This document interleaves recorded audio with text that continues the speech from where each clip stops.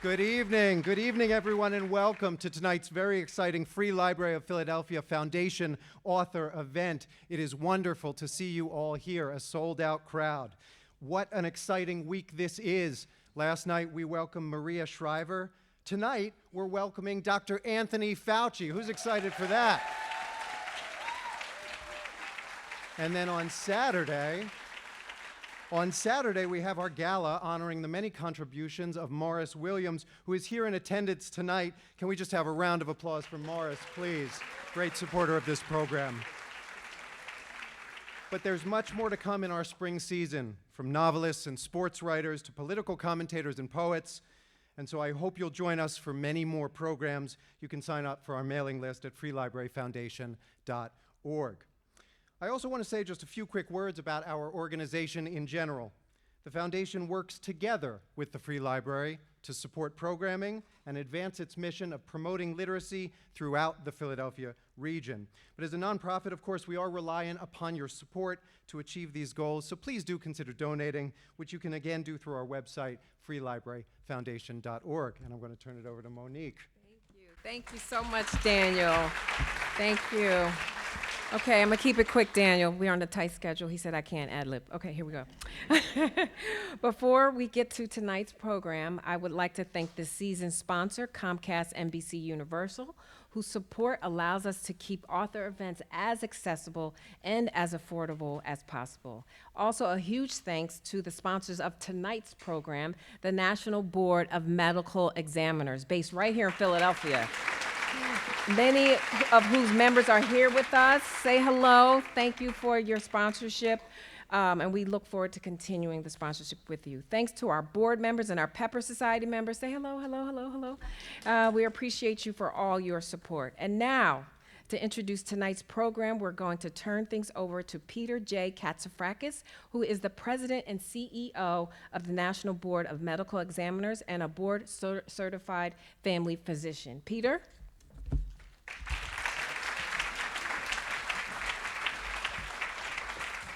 Thank you, Monique. It is my distinct pleasure to be able to introduce our two speakers tonight. Moderating tonight's session is Mr. Dave Davies. I suspect that name is known to many of you in this room. Like many of you, Dave and I spend many hours in the evening together, usually from 7 to 8. For those of you not aware of that, Dave is a regular contributor and guest host of Fresh Air with Terry Gross. He has been a distinguished journalist for more than 30 years, covering state and local government and politics in Philadelphia. Our special guest tonight is Dr. Anthony Fauci. And again,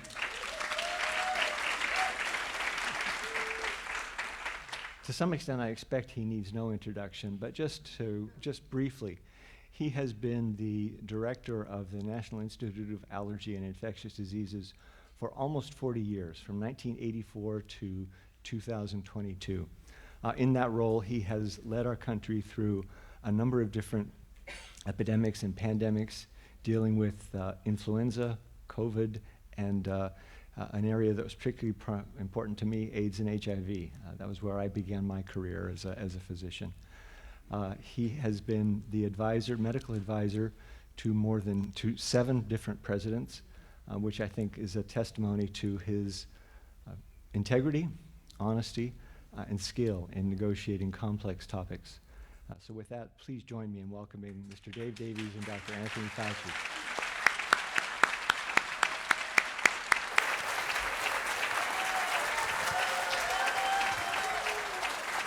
Thank you. Thank you. Thank you. Thank you. Thank you. Thank you. Thank you. I think they like you. I want to just make sure everyone can hear. Somebody in the back row back there, raise your hand if you can hear me just fine. No. Okay. Maybe we can get some adjustments to the mic. How about me? Can you hear me? Yeah. Well, that figures. Okay. A little better now? You can hear me now? Hope. Back row, raise your hand if you can hear me. No. Okay. All right. Well, Amir, if you can hear me, maybe come and make an adjustment, and we'll go ahead and get started since we want to. There we go. Yeah. It was a volume issue. All right, swell. Good. Well, Dr. Fauci, you were clearly held in great admiration and gratitude by these folks, and I thought we'd just begin by just asking, how are you? How's your health? How's your mood? My health is fine. As some people probably know, I had a difficult time this summer. The irony of all ironies, I was in my back deck in Northwest Washington, D.C. in the summer. It was August, and I had been very, very conscientious about putting DEEK on because the mosquitoes were having a phenomenal year, probably all over, but certainly in Washington, D.C. And then there was a reporter from the London Times that was doing a piece on me, and he came to my house with a photographer and was taking pictures of me. And they said, it'd really be great to get an outside shot of you and your back porch. And I figured, hell, I'm going to go out there only for a couple of minutes, so I didn't put DEET on. I went out there, and as I was, posing like this and like that, they sort of came upon me in a frontal attack. I got bit about 3 or 4 times, and I thought it was nothing. Well, that happens. And then 5 days later, I was in the hospital, almost dead from neuroinvasive West Nile virus. So, but I recovered. So that's a long-winded answer to Dave's question of how I'm doing. But as of then, I'm doing fine right now. Well, Thank good. you. That photographer did not have a MAGA hat, did No. he? No. Okay, good. All right. But the mosquito did.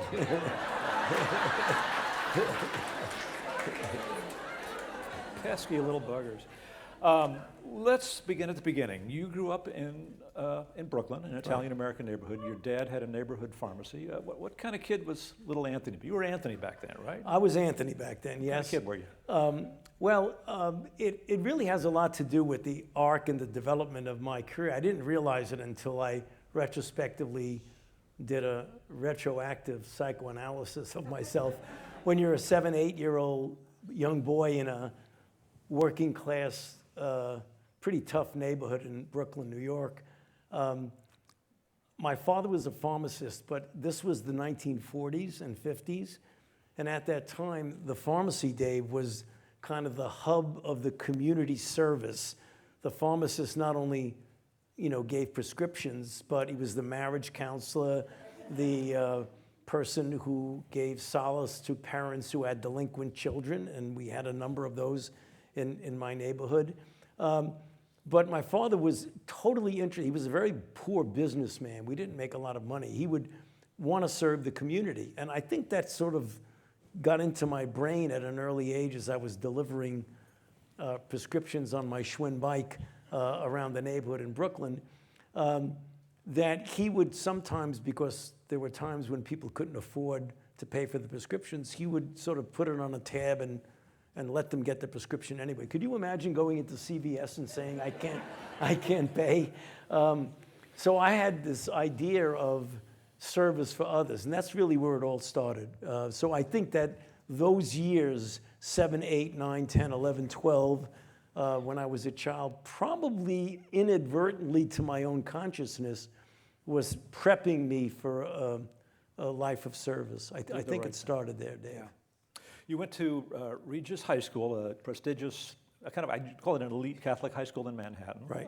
Where you, Jesuit high school. Jesuit high school, right, sense. which matters. You were a star athlete, captain of the basketball team, good shooting point guard, not tall, which meant that you probably didn't have a career at it. Went to Holy Cross College. Right.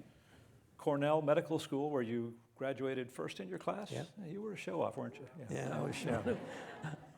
And because of the Vietnam War, public service was a good way to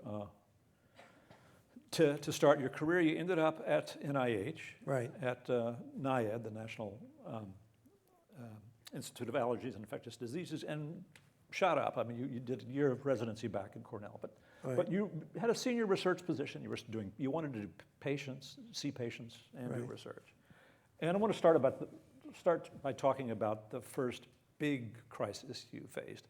In some ways as big as COVID, maybe, and that's the AIDS crisis. Right. You write that in 1981 you read in CDC mortality reports about 26 men who had died with an unusual form of pneumonia and cancer, and they were all homosexual. And you write, it was the first time a clinical report gave you goosebumps. Right. Why? Well, the reason is that it was very clear. I had seen a number, I had at that time been board certified in both infectious diseases and immunology. So I was seeing a lot of patients at the NIH Clinical Center who were immune compromised because they were getting cancer chemotherapy from the Cancer Institute. So it was the natural thing that when they had serious infections, which were due to a dramatically suppressed immune response due to their cancer therapy, that we would get called for consultation, infectious diseases. And when I saw this group of 26 previously healthy, curiously, if not phenomenally, all young gay men from LA, San Francisco, and New York, who were presenting with the exact infections that the people who were chemotherapy suppressed in their immune response. And I immediately knew that this was, because the epidemiology of the sexual networks, that A, it was an infectious disease, B, it was transmitted very likely sexually, and C, unlike other types of infectious diseases, it was universally killing these young gay men. So to me, it wasn't a reappearance of an old disease. It was a brand new disease. And how often in one's medical career do you get challenged with a brand new disease? And as I tell students and others when they ask me about the arc of my career, it was really one of the examples of how you pivot and your career is not linear. Because I had a very successful career of about 9 years from when I finished my chief residency at the New York Hospital to come back and spend the next 9 years developing remission-inducing therapies for autoinflammatory diseases. So I had 9 years of having people come to me with a disease that was almost 100% fatal, and I had developed at a young age. I was very fortunate. I had a very generous mentor who put me on a project that was a very bold project that transformed how we treat inflammatory diseases. So I was on a high. I thought, this is great. My patients are coming in. They think they're going to die. I put them on my protocol, and they were fine. But then when I started on HIV, I made a decision that given the fact that this was a brand new disease and it was such a challenge, that even though I had made these advances in non-infectious diseases, I was going to devote my entire time to admitting, taking care of, and hopefully finding out what was going on with these almost exclusively young gay men. And that was the turning point of my career. It was also the transition from a totally gratifying from the standpoint of success to what I describe in the memoir as the dark years of my professional career, because you're trained to be a healer, and you find out that starting in 1981, 2, 3, 4, 5, that no matter what you did, 95% of your patients would be dead in 12 to 15 months. And it was very, very difficult to forge ahead. That was the bad news, not the bad news, because dealing with these courageous young men was just a very, valuable experience for me in my own personal and professional development. But it was the spurring force that drove me to then devote the rest part of my career to trying to do something about this disease that was almost universally killing people. And you're right that your colleagues advised you against making that move. You They also, did, yeah. You also say that you think that you might have some post-traumatic stress disorder from that period. Yeah. Do you still think about those patients? You know, I do. You know, I try to not focus on it because it brings back a lot of real dark memories of trying your best over and over again every single day and losing everybody. So that, you know, it is, you know, I think it is post-traumatic stress, but, you know. Do you commemorate their loss in some way? You know, I do by celebrating the fact that the fact that we could study them then allowed for the development of therapeutic regimens that have been maybe the greatest advance in public health, infectious diseases in our memory, to go from an almost uniformly fatal disease where now you can take one pill with 3 drugs in it once a day, and you could look somebody in the eye that before you had to just comfort them and tell them that if they keep taking their medicine every day, that you could predict, all other things being equal, that they could live almost a normal lifespan, maybe a year or 2 off, but almost a normal lifespan. While you're doing all this in 1984, an opening comes up as the head of NIAID, Right. and you were offered the job. You agreed with a couple of conditions. What were they? Well, up to that point, it's a science administrative job. You're the head of an institute that not only conducts science at our NIH big facility in Bethesda, but also gives out the grants to most of the medical centers in the country, the University of Pennsylvania, Harvard, Yale, Cornell, et cetera, et cetera. I was very young. I was the youngest person ever offered the job of an institute director. I did not want to leave the individual care of patients or my laboratory, which was a successful laboratory delineating the pathogenesis of HIV. So I wasn't enthusiastic about taking the job. So I made 2 conditions if I were to accept the job that they offered me. And that was, one, although no institute director had ever done it before, I wanted to be able to continue to see my patients without anybody giving me any flack about, well, you know, you're the director of an institute. And I wanted to keep my laboratory. And much to the vision of the director of NIH at the time, Jim Weingarten, he said, I trust that you will do that, but you got to remember that your primary job is directing the institute. And if you want to stay up all night, you know, doing your research and seeing patients, God bless you, go ahead and do it. And that's what I did. And that got me into my 16, 17-hour days. Yeah, so you're running this organization with hundreds of employees and hundreds of millions of dollars in grants, and still seeing patients and doing research, again, with the show-off. This was a time when it was, as the disease spread, it was incredibly painful, and you know, it wasn't exclusively limited to people in the gay community, but that's where they were centered. And the activists were furious that Ronald Reagan wouldn't acknowledge the disease publicly. They felt there wasn't enough funding. Where was the help? And you became the face of it, and people called you a murderer and a Nazi. I mean, this is decades before Marjorie Taylor Greene. Yeah.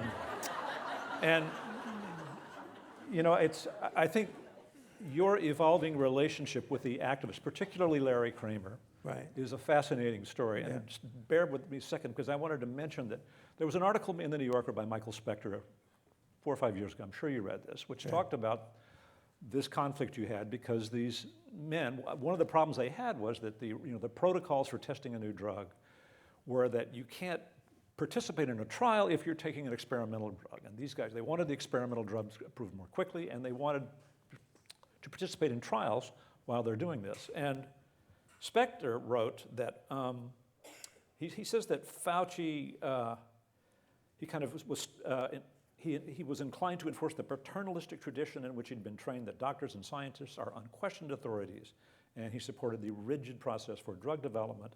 But he says, at a point, Fauci reversed himself and transformed himself into from a conventional bench scientist into a public health activist who happened to work for the federal government. A real transformation. When I read your book, it doesn't quite feel the same way, it seems to me, to you. So you always had an interest in these men. I did. So Michael's a great writer, but he got a little bit wrong there. I don't mean wrong, but I think what he didn't fully appreciate is that, and you were joking about, same as Margaret Taylor Greene, the difference there, and I always take the opportunity because people who are vitriolically accusatory say, look, you were getting criticized during the HIV pandemic and now you're getting criticized then. That's not like apples and oranges. That's like peanuts and elephants difference. And the reason is that and you described it very well, Dave.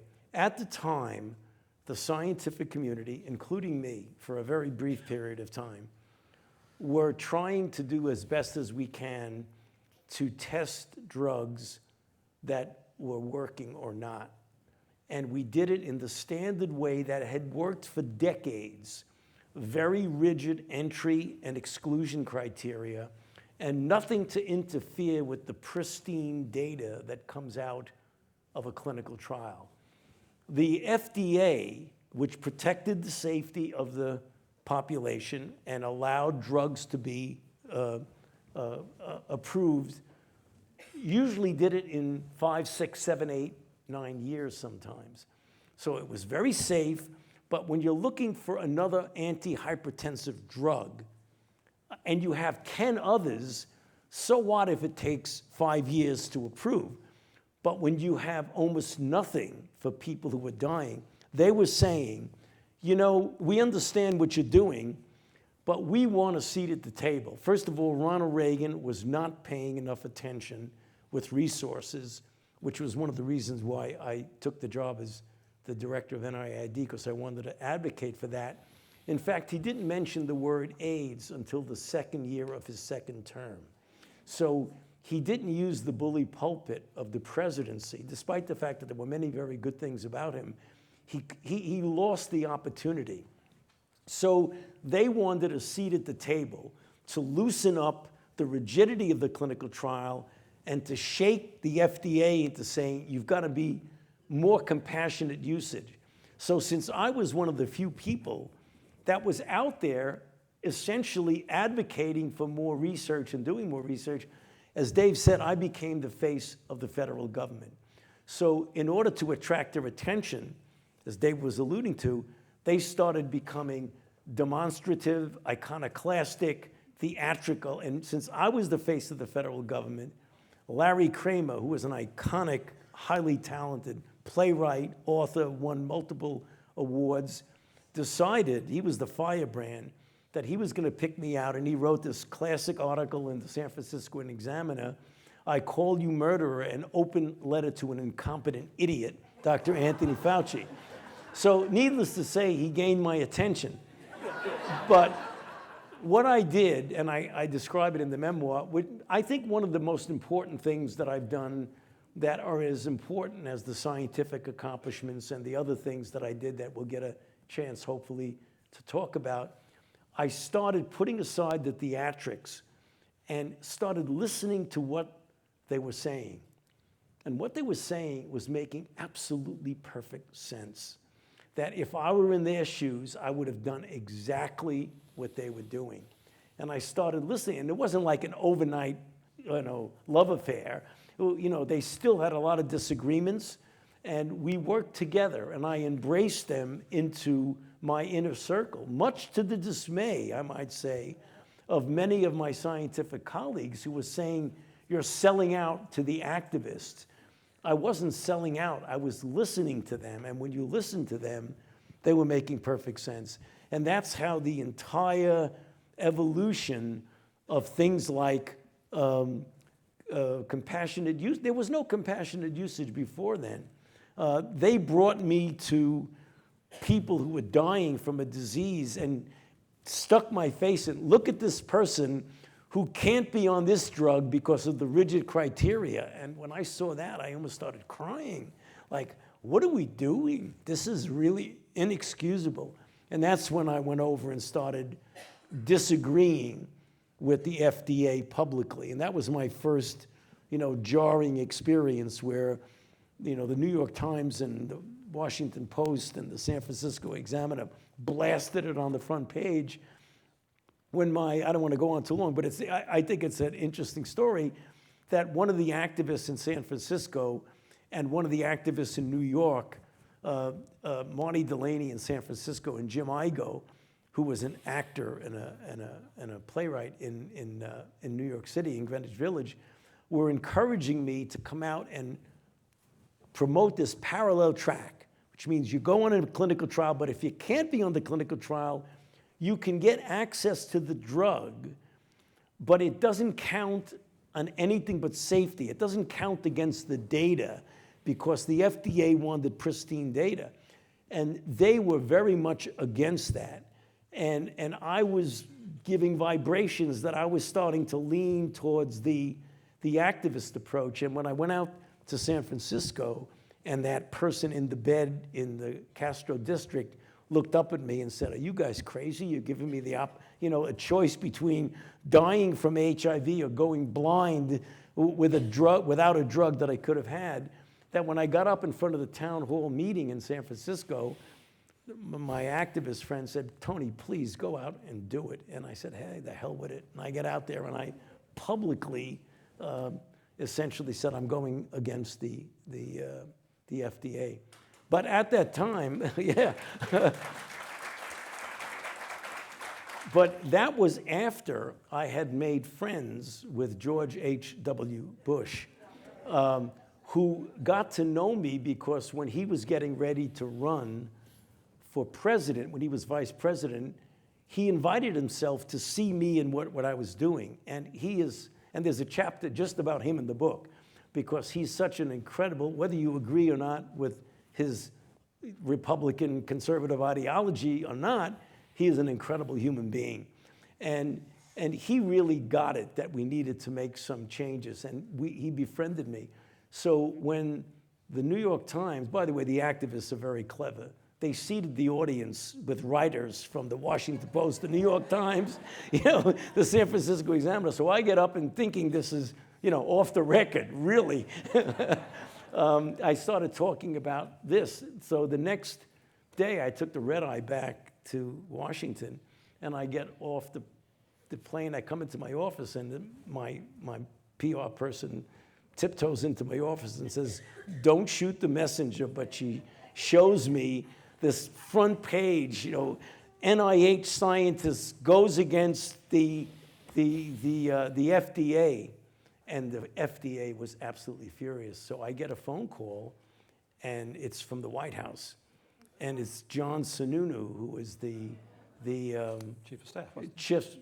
Chris Sununu's father, who was the chief of staff to President George H.W. Bush.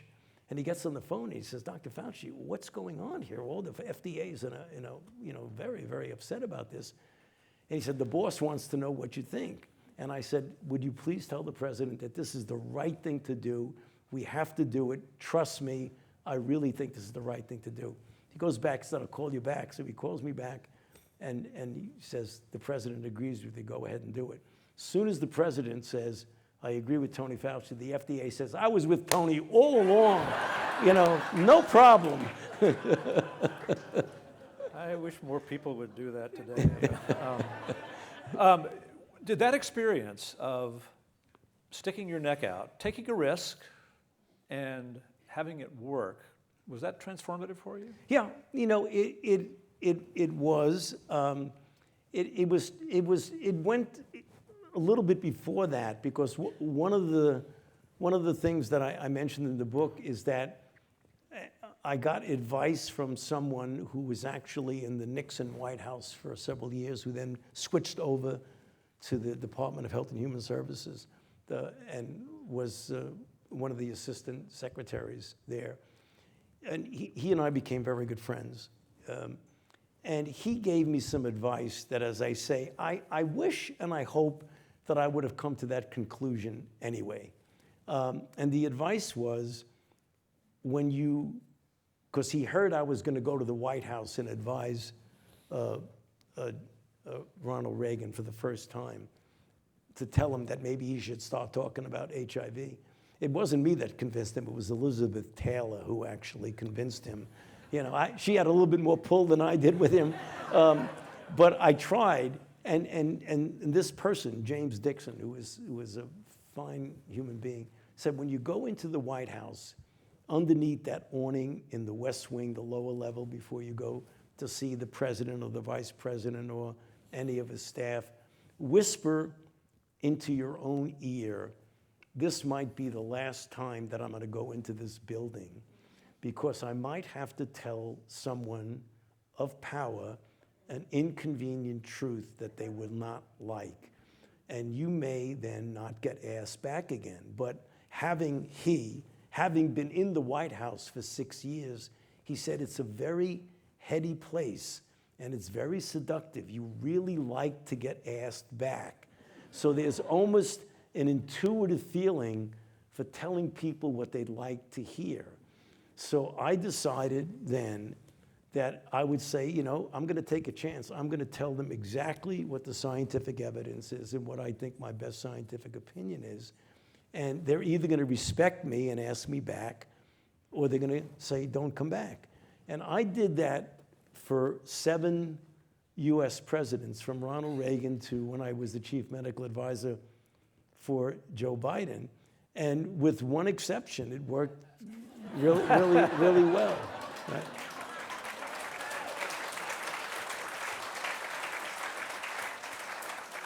Nobody bats 1,000. Yeah.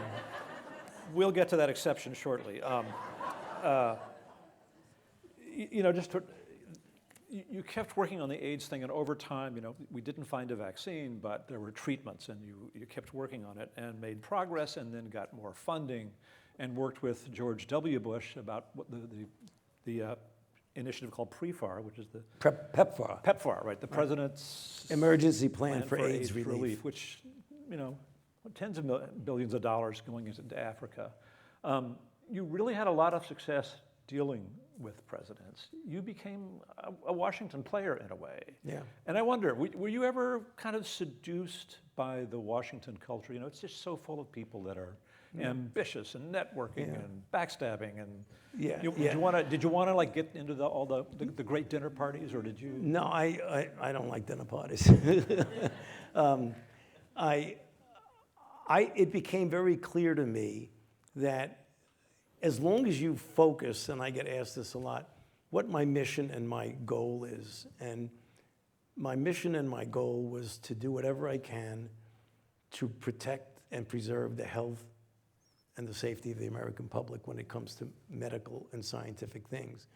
And I have this sort of metaphor that I think about, is that when I'm in the room with a patient, and I usually am in the room with a very sick patient, because the diseases that I am involved with are usually life-threatening diseases.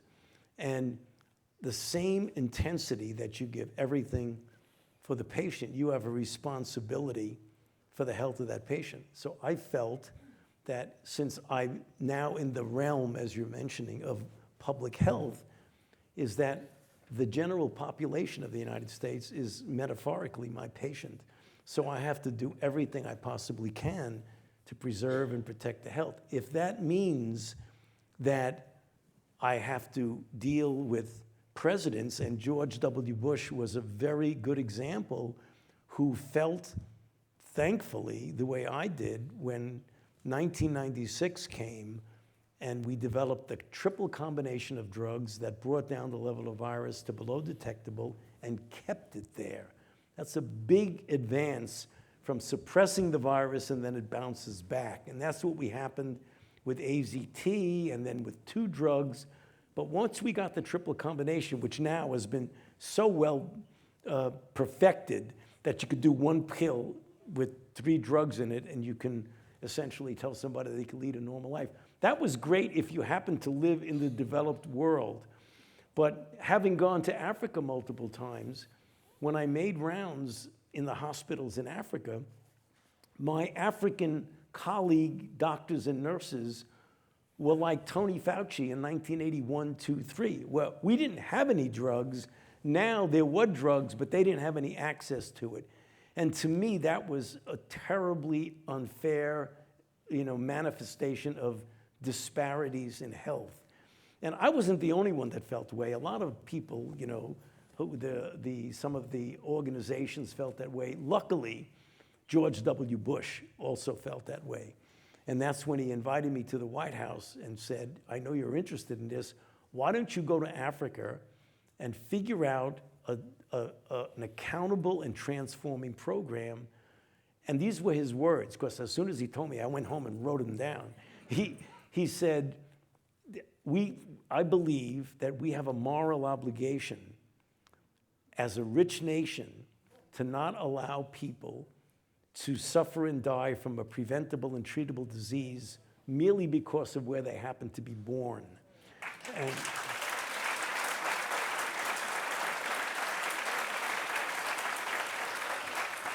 And he said, go back to Africa and figure out if we could do a program. And there was a lot of pushback by people who I think maybe subliminal or not so subliminal racism thought, oh, you could never have Africans take pills every day. He says, go back and see if you could do it. So I did, and there was a small group in Africa of physicians and nurses who were getting a small amount of philanthropic money, were buying drugs and were going out distributing it into the regions, even in the bush, many, many miles from the cities. And the people in Africa were, one, taking the medicine religiously, and B, they were having the same dramatic response as we were having in Washington and Philadelphia and Boston. So I went back to the White House and I came back and I said, I think we could really put something together. And he said, go ahead and do it. And I spent the next 7 or 8 months working with the White House staff to put together a program that at first was aimed for $15 billion over 5 years to treat 2 million people, to prevent 7 million infections, and to take care of 10 million people, including AIDS orphans. And we did it in 14 and 15 countries. And what happened is that, to his great credit, he said, and it's really in the book, it was tough for me, I don't want you to tell anybody about it. I'm going to announce it at the State of the Union address, because then it'll be a done deal. And on January 28, 2003, he announced it at the State of the Union. And it was interesting because we spent the previous several hours calling up everybody in Congress saying, by the way, don't get surprised, the president is going to announce this. And then, of course, the Congress was wonderful in bipartisan support. Get that word, bipartisan support? But bipartisan support of that. And 20 years later, in December of 2023, the president and Laura brought together the group of the White House team who were long gone from the White House to have a celebratory dinner in Washington. And we celebrated, went over the data. And at that point, 20 years later, what now started off as $15 billion was over $100 billion. We now had 50 countries, and it was clear that it had saved 25 million lives. So that is a classic example of what presidential leadership can do when they take the ball and go. I think it is, and I think it's also an example of what happens when there's real leadership in public health. Right. And I just want to say that you'll enjoy the book, and there are a lot more interesting stories like that, like when you and Bill Clinton got to work on the vaccine center. Right. And all of the stories about all of the other crises that you handled, from Ebola to the anthrax scare, all these things, which you ended up being the public face of because you were in Washington and people knew you.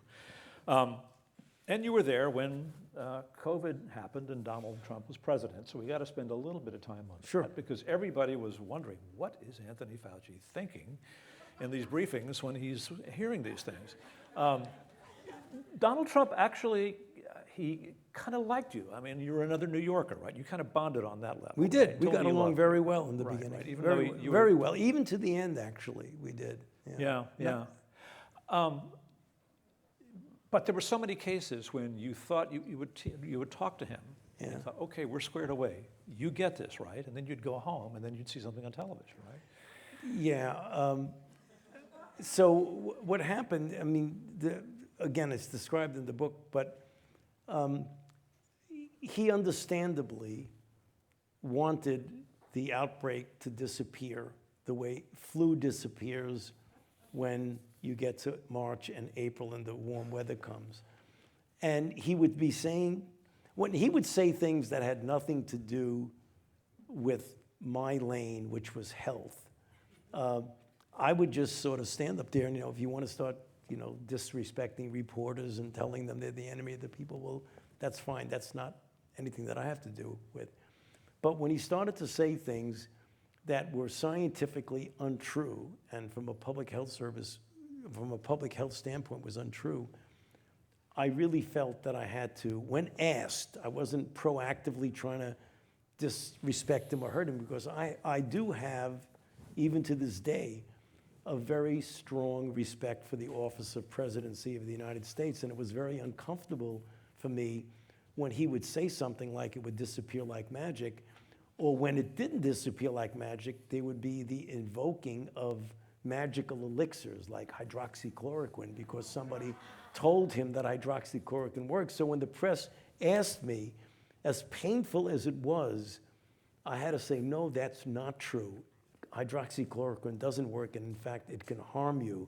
And no, it's not going to disappear like magic, so you've got to be careful and wear a mask.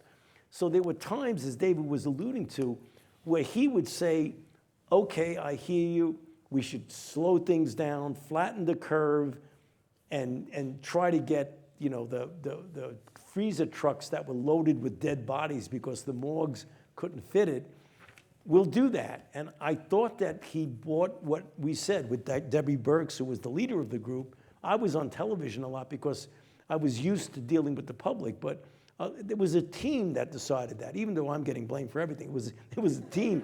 It was a team that decided that he would say, I agree with you, let's do it. Then I would go home at 11:30 at night, turn the television on, and he would say, liberate Virginia, liberate Michigan. And I would say, oh my God, he just told me 25 minutes ago that it was okay to do this. So that became very frustrating.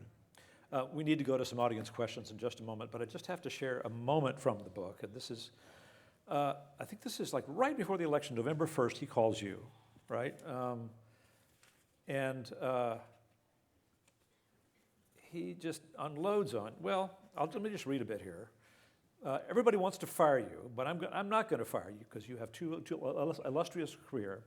But you have to be positive. The country can't stay locked down. You've got to give them hope. I like you, but so many people, not only in the White House, but throughout the country, hate you because of what you're doing.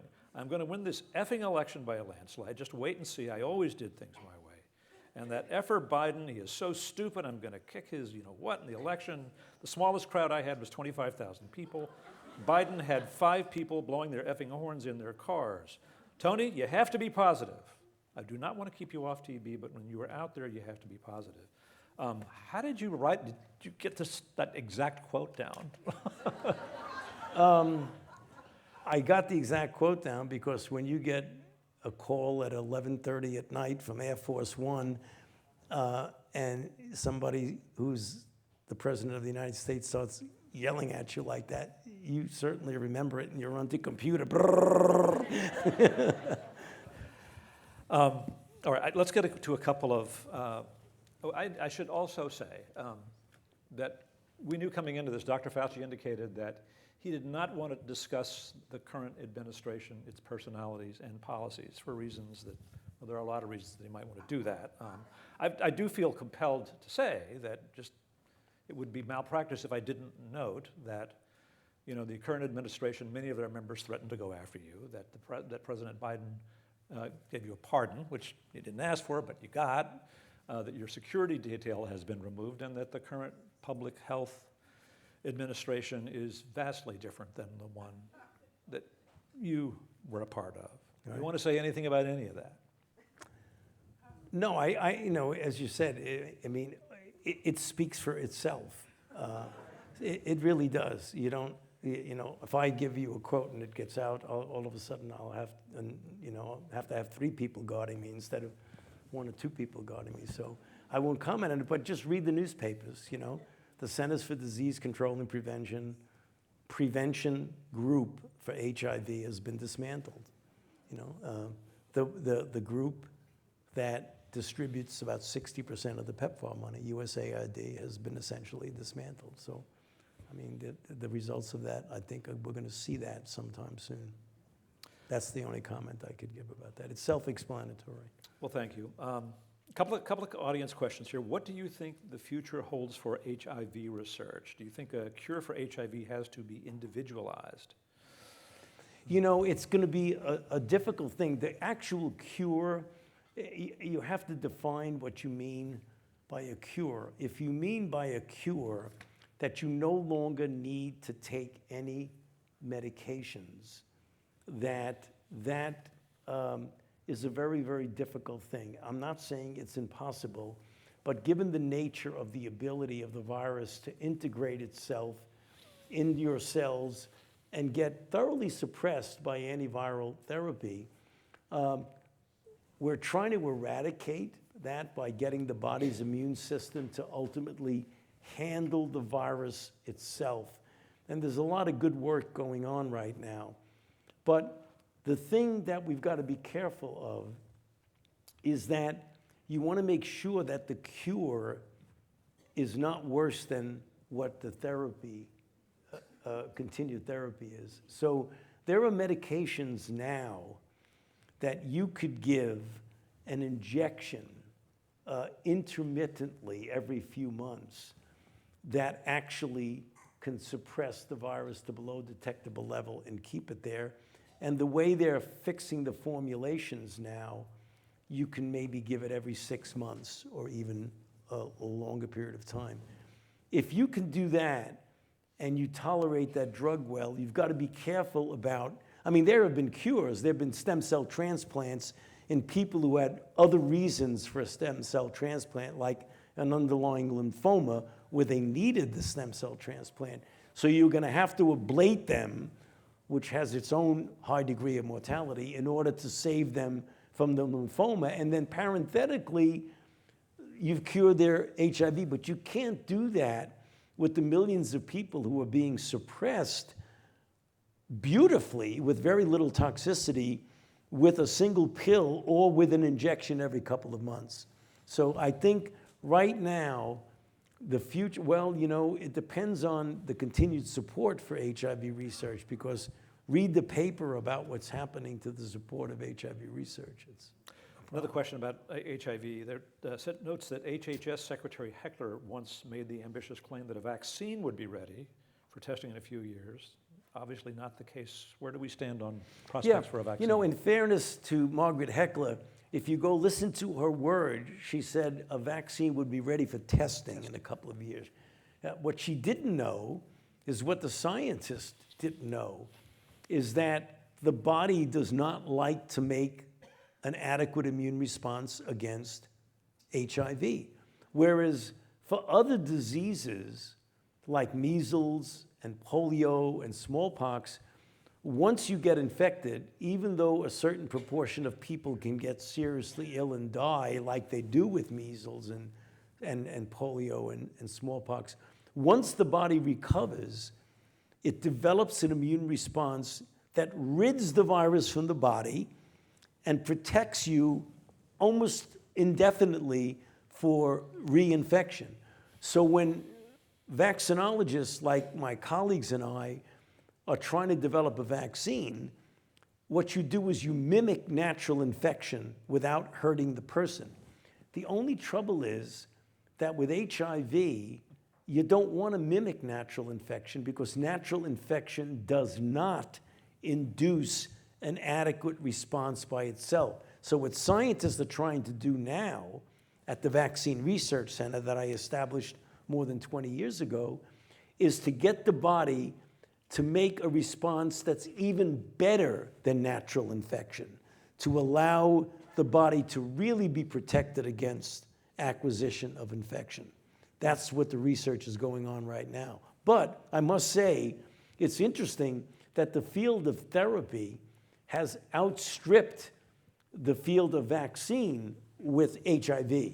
Vaccines are still the best intervention you could possibly imagine. The COVID vaccine has already saved in this country about 3 to 5 million lives, and globally, probably 15 to 20 million lives. But for HIV vaccine, it's a very difficult scientific problem.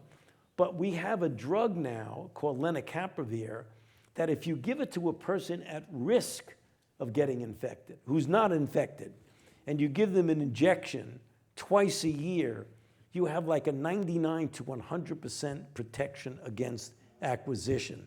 So all we need to do now is to get the resources to get that distributed to the community of at-risk people.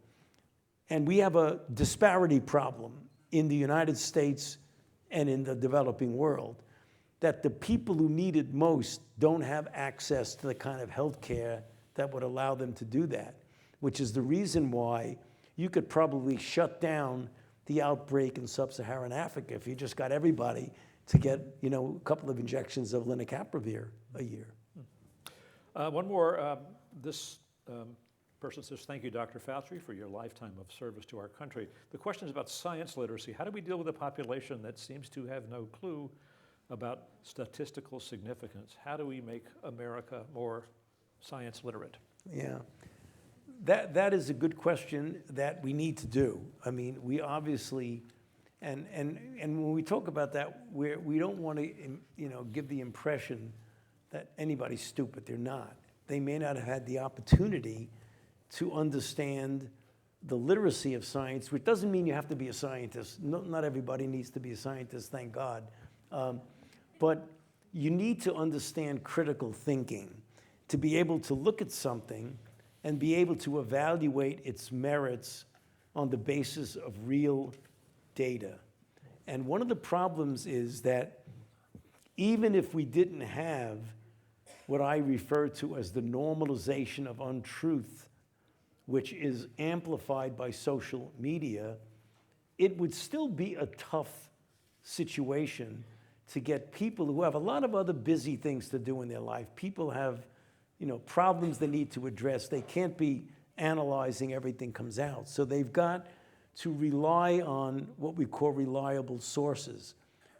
The wrench, the monkey wrench in that, Dave, is today there is so much disinformation and misinformation going on that something is said repeatedly over and over again that's untrue.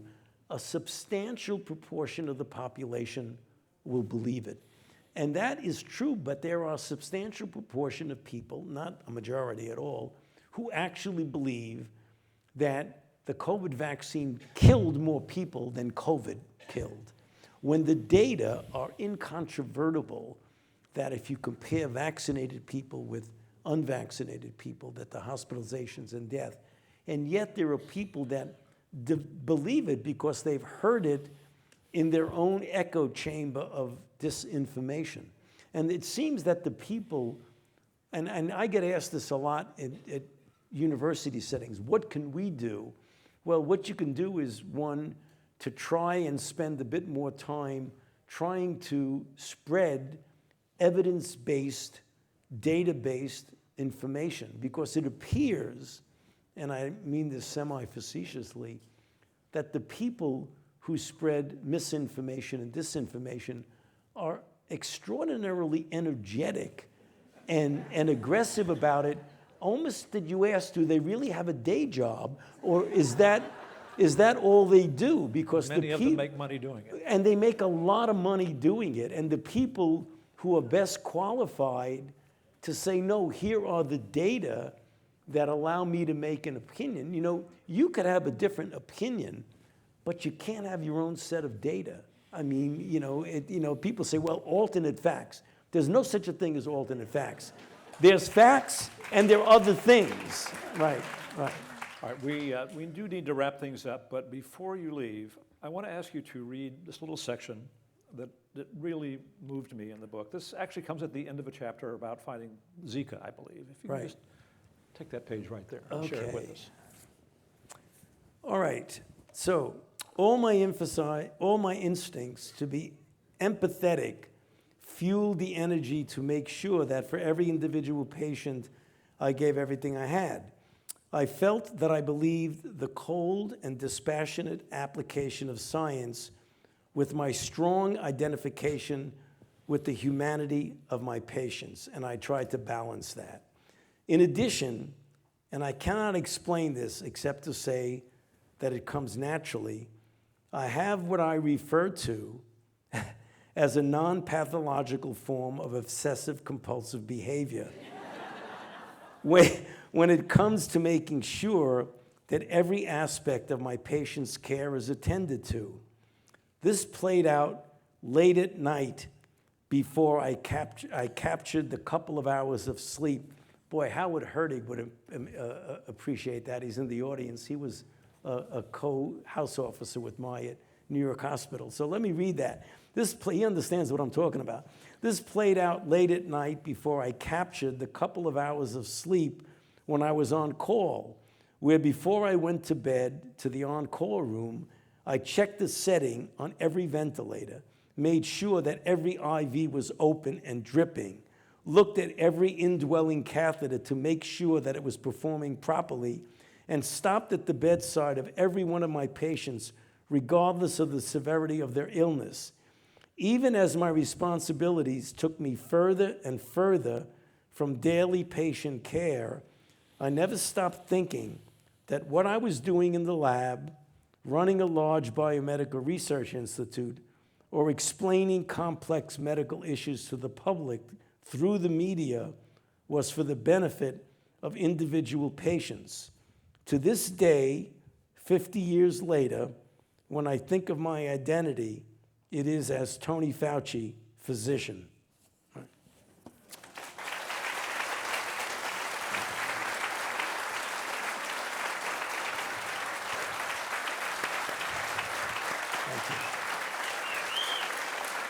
Dr. Fauci, let me thank you all for coming. Enjoy the book. Drive carefully. Dr. Fauci, thank you so much. You're welcome. Thank you. Great job. Thank you, Dave. Thank you. Appreciate it.